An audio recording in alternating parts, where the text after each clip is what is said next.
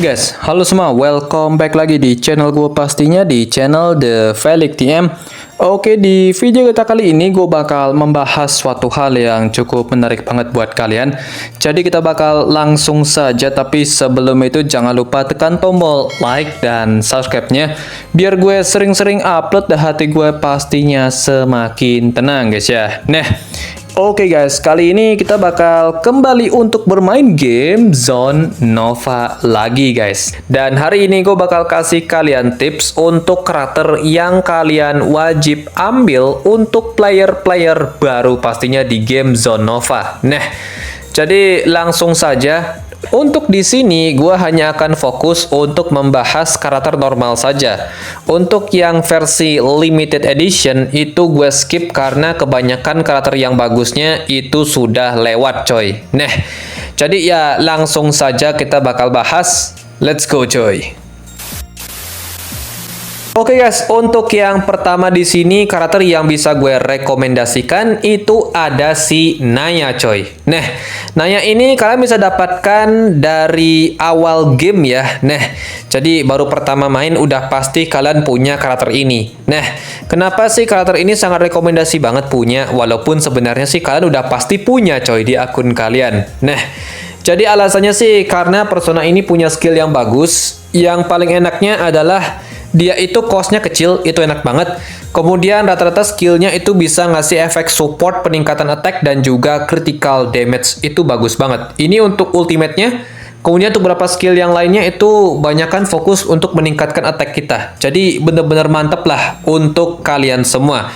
Dan memang karena karakter ini udah pasti kalian punya, ya gue masukin aja karena karakter ini emang rekomendasi banget untuk dimiliki pastinya guys ya. Untuk yang berikutnya di nomor 2 gue bisa merekomendasikan kalian untuk ambil si Penny coy. Nah, ini merupakan karakter yang sangat rekomendasi banget untuk diambil dan dia ini merupakan satu-satunya karakter bertipe tank di normal summon. Nah, untuk skill memang ini karakter bagus banget karena pertama untuk skill ultimate-nya dia bisa ngasih shield yang cukup banyak pastinya untuk semua allies dan pengurangan damage. Itu yang bikin dia bagus. Dan rata-rata skillnya itu bisa ningkatin defense-nya dia. Jadi dia ini bener-bener sangat bagus untuk dijadikan tameng di depan kalian sebagai tukang TB atau tukang tahan badannya. Itu bener-bener mantep.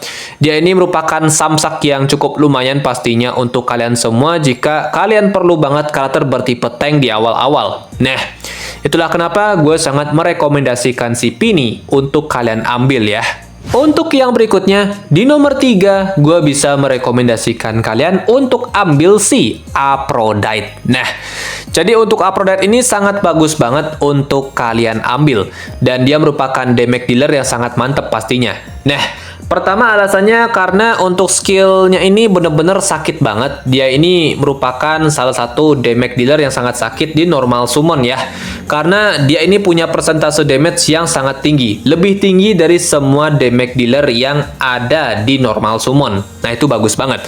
Kemudian di sini dia juga punya efek enchant ultimate. Jadi itu ada peningkatan dari segi damage-nya kalau misalnya udah masuk ke fase enchant ultimate. Nah, untuk nge-triggernya pun juga gampang karena dia cuma perlu mukul sebanyak 10 kali. Nanti otomatis ultimate-nya bakal kelihatan kayak berwarna kuning emas gitu coy. Jika seandainya kalian sudah melihat ada aura berwarna emas dari skill ultimate-nya si Aphrodite ini, nah otomatis itu artinya dia sudah masuk ke fase enchant. Itu enak banget pastinya dan damage-nya benar-benar sakit banget ya.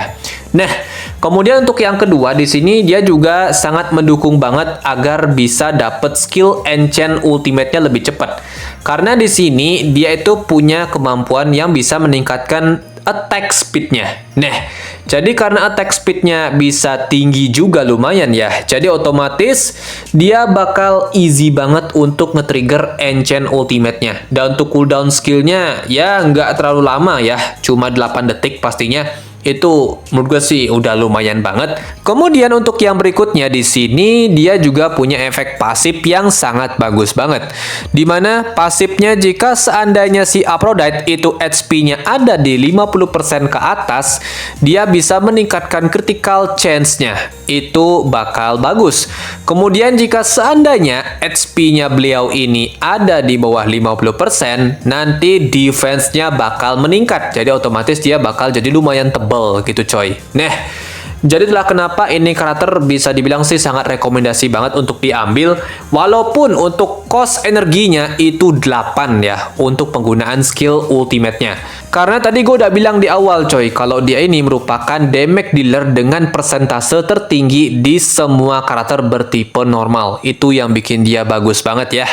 Untuk yang berikutnya di sini, gue bisa merekomendasikan kalian untuk ambil si Apollo. Nah, Apollo masih gue bisa bilang sih rekomendasi ya untuk diambil. Karena dari segi skillnya bener-bener masih sangat bagus banget. Dia bisa menghasilkan peningkatan damage yang bener-bener optimal. Walaupun ya, skill ultimate-nya itu cost energinya bener-bener mahal, yaitu 8. Itu benar-benar mahal sih. Tapi untuk peningkatan damage-nya benar-benar bagus karena itu bisa ngasih peningkatan untuk semua alas kalian. Tapi sebenarnya coy, yang dicari dari Apollo itu ada di efek pasifnya. Nah, karena di sini pasif dari beliau ini bisa meningkatkan critical chance sama critical damage. Itu yang bikin dia bagus banget ya. Nah, jadi ya secara overall ini karakter memang bagus banget untuk diambil dan masih bisa jadi opsi untuk kalian yang perlu karakter bertipe support coy.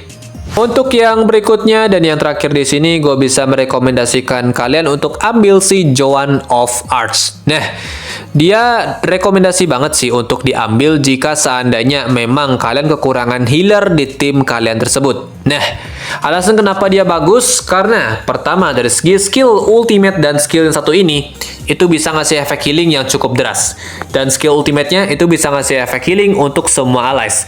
Ya, walaupun cost-nya lumayan mahal, yaitu 8, tapi secara overall healing-nya cukup deras coy. Nah, dan yang paling enaknya itu ada di skill pasifnya. Dimana jika seandainya allies kita itu digebuk sama orang, nanti dia bakal dapet efek healing coy. Itu bagus banget.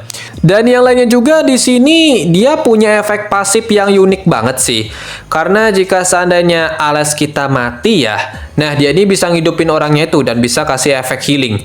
Tapi itu hanya berlaku sekali saja coy. Nah, jadi secara overall ini char bagus banget sih. Dan itulah kenapa ini karakter cukup rekomendasi untuk diambil. Ya, walaupun permasalahannya ada di cost-nya yang mahal sih. Tapi kalau kalian emang kekurangan healer di tim kalian, ini cukup rekomendasi untuk diambil ya.